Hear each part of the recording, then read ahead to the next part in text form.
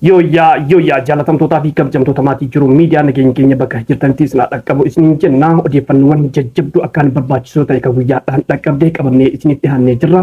Osoo gara odeeffannoo keenya isin hin dabarsin dura namoonni jiru miidiyaadhaaf haarawaa taatan yookaan sabskiraabiin godhin sabskiraayib gochuudhaan maatii jiru miidiyaa akka taatan isiniin jenna akkasuma laayikii gochuudhaan jajjabeessaan dhaamsa keenya gara odeeffannoo keenya guyyaadhaatti isin dabarsaa isin saammaa xumuraan faana turan affeerraa keenya. Godina Wallaggaa Bahaa magaalaa Naqamteetti rooba cimaa gaafa hagayyajjaa bara 2025 roobee hordofee balaan lolaa magaalattii mudate. Balaa mudate kanaan namoota 5 ajjeesuu obbo Dabalaa Tamasgeen itti gaafatamaan waajjira koomishinii Naqamtee dubbachuun gabaafamee jira. Obbo Dabalaan balaa lolaa kun Naqamtee gandoota 3 keessatti mudachuu ibsan garuu kan lubbuu namoota kanneenii baasuu danda'e gandoota 2 fi 7 keessatti bakkeewwan maqaan isaanii Darajjee fi Jaatoo jedhamutti ta'uu ibsan.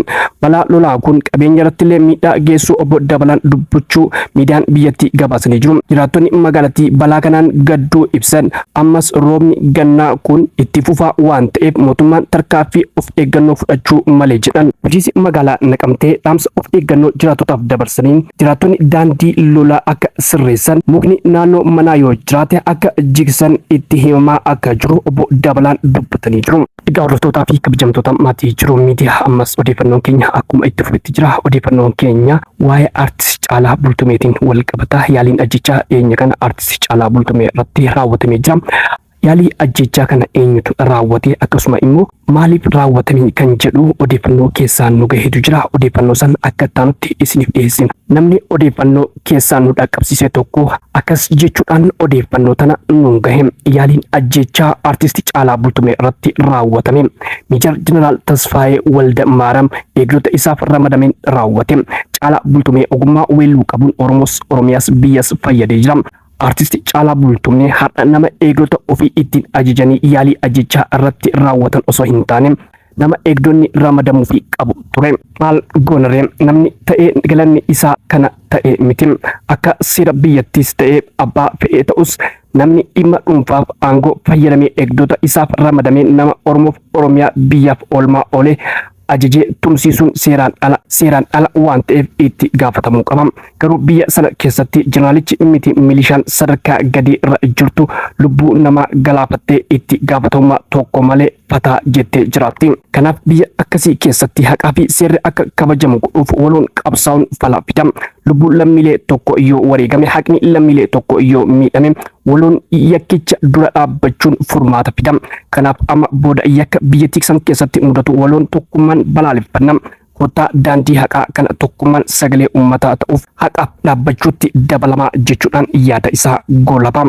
Egaa hordoftootaa fi kabajamtoota keenya akka yaada nama kanarraa hubannetti yoo ta'e aartistii Caalaa Bultumee kan yaalii ajjechaa irratti fudhate hoogganaa waraanaa jechuudha jeneraala. Namni kun boodigaardii isaatiin akka ajjeefamuudha kan ajaje. Sababni inni ajajeef immoo dhimma dhuunfaa akkasuma immoo lola dhuunfaa walirraa qabanii fi kan akka yaalii ajjechaa irratti raawwatamu godhe hanga ammaatitti nama yaalii ajjechaa Caalaa Bultumee irratti godhe kan seeraan hin to'atamnee fi akkasuma hanga ammaatti kan hin gaafanne ta'uu nama kanarraa hubannee jira.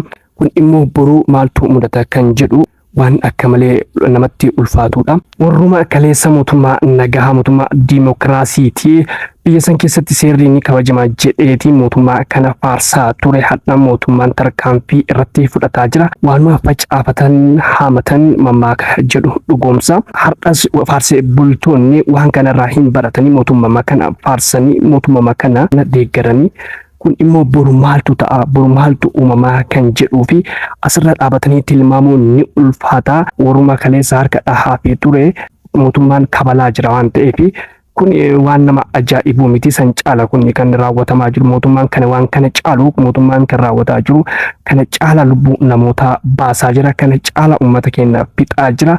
Kan san hin ilaalle kanas ilaaluu hin danda'anii osoo san ilaalanii kanas ilaaluu waan danda'anii fi waan nama ajaa'ibu miti. Egaa hordoftootaa fi kabajamtoota keenya gara odeeffannoo keenya itti aanutti isin dabarsaa. Isinis hamma xumuraan faana tura.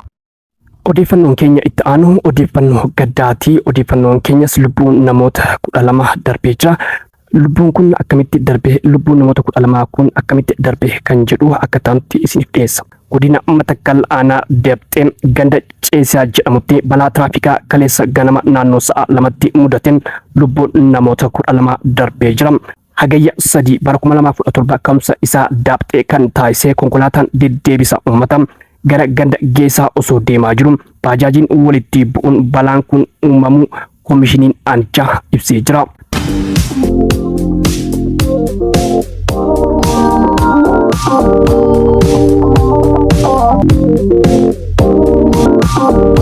Pirezidaantiin Doonaald Tiraamp Ameerikaan Somaaliilaand akka biyya abbaa biyyummaa qabduutti beekamtii kennuu fedhii akka qabdu beeksiste.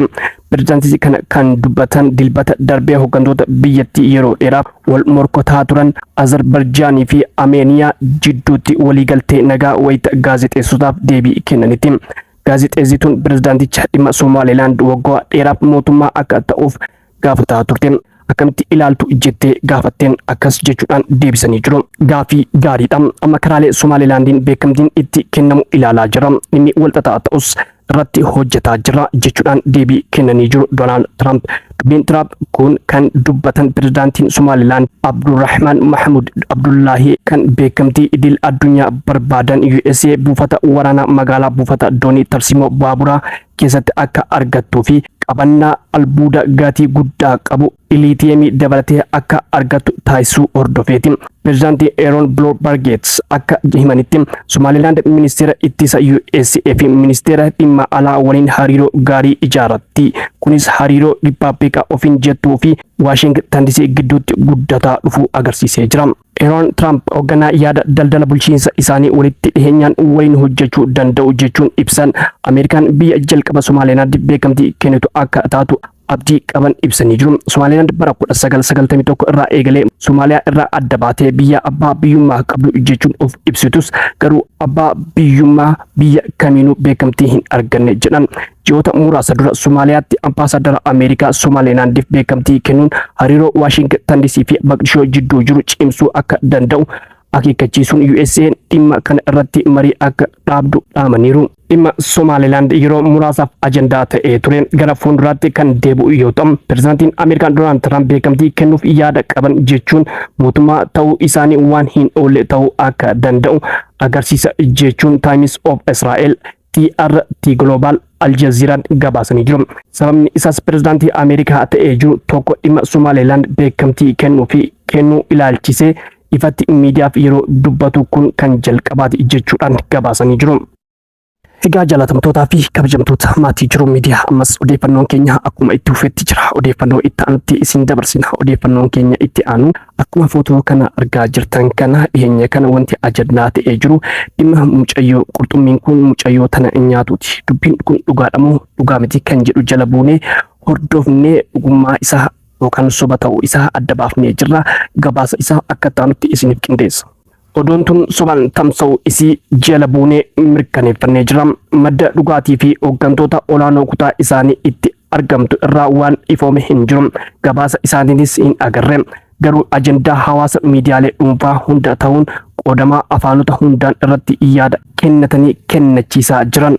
Guyyoota muraasa darban keessaa hanga har'aatti oduu ajaa'ibaati jechuudhaan taatee addaa tana uumamtee je'anii wal jala darbuun miidiyaa hawaasaa irratti facaasaa qoodaa jiran. Taateen kunis dubartiin Jeesnikaa je'amtu doolfiiniin nyaatamte dubbii jedhudha. Dubbiin kun gabaabumatti dubbii sobaa akka ta'e ifatti beekuu dandeenye jirra.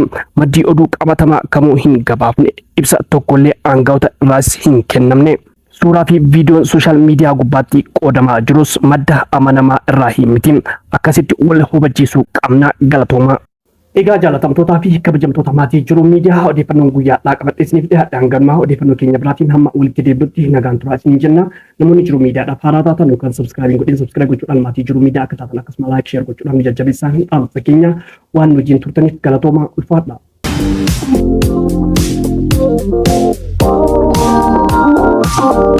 Oh